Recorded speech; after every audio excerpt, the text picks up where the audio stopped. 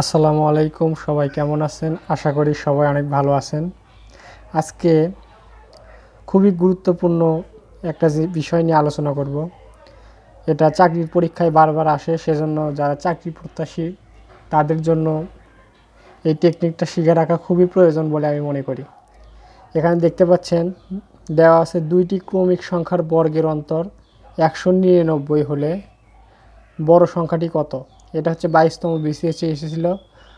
তো এটা দেখেই বুঝতে পারছেন যে কতটা গুরুত্বপূর্ণ, কারণ বিসিএসের মতো পরীক্ষায় খুব গুরুত্বপূর্ণ বেসিক এবং খুব টেকনিক্যালি যে কোশ্চেনগুলো আছে সলভ করার মতো সেগুলো কিন্তু হয়ে থাকে। তাহলে এখানে দেখতে বলা আছে দুইটি ক্রমিক সংখ্যা বর্গের অন্তর 199 হলে বড় সংখ্যাটি কত। তাহলে বড় সংখ্যাটি আমরা যদি বের করতে চাই তাহলে আমাদের একটা খুবই ছোট একটা হচ্ছে টেকনিক অবলম্বন করতে হবে। তাহলে বড় সংখ্যা যদি আমরা বের করি তাহলে এখানে দেখতে পাচ্ছেন দেওয়া আছে কি বর্গের অন্তর হচ্ছে 199।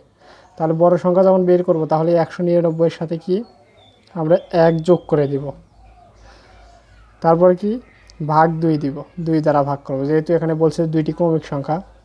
তাহলে এখানে দেখেন 199 আর 1 যদি যোগ করি তাহলে কত হবে 200। এখানে ডিভাইডেড কত আছে 2, তাহলে আমরা বড় সংখ্যা কত পেলাম 100।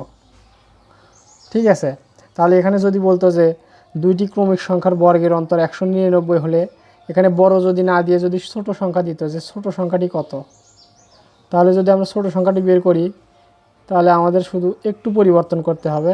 এখানে 199 আছে দেওয়া, এখানে আমরা বড় সংখ্যার ক্ষেত্রে 1 যোগ করছি, এখানে ছোট সংখ্যার ক্ষেত্রে কি 1 বিয়োগ করে দিব,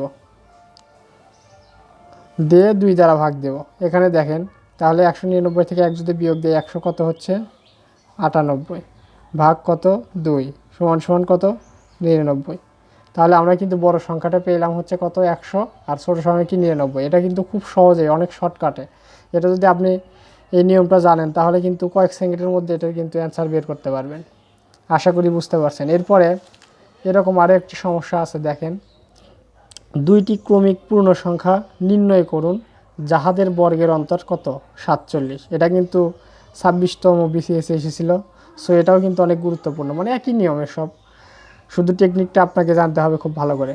তাহলে দুইটি ক্রমিক পূর্ণ সংখ্যা নির্ণয় করুন যাহাদের বর্গের অন্তর কত 47। তাহলে আমরা হচ্ছে বড়টা আগে যদি নির্ণয় করি তাহলে এখানে 47 যোগ 1 ভাগ কত দেব 2, তাহলে 47 আর 1 যোগ করলে কত হয় 48, ভাগ হচ্ছে কত 2, তাহলে 48 ভাগ 2 সমান কত 24।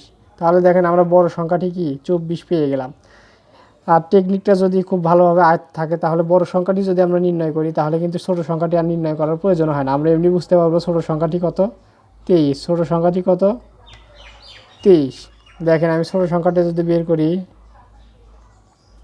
47, এখানে আগে ছিল বড় সংখ্যার ক্ষেত্রে যোগ, এখন কত দেব বিয়োগ, ভাগ 2, তাহলে হচ্ছে 46 ভাগ 2 সমান সমান কত পেলাম 23। এই টেকনিকগুলো যদি আপনারা জেনে থাকেন তাহলে বিসিএস, ব্যাংক, প্রাইমারি যে কোনো পরীক্ষায় খুব শর্টকাটে আপনারা অ্যান্সার করতে পারবেন এবং খুব অল্প সময়। আশা করি সবাই বুঝতে পারছেন। আর চ্যানেলটিতে যদি আপনারা নতুন হয়ে থাকেন, ভিডিওটি যদি ভালো লেগে থাকে অবশ্যই সাবস্ক্রাইব করবেন। সবাই ভালো থাকবেন। আজ এখানে শেষ করছি। আসসালামু আলাইকুম।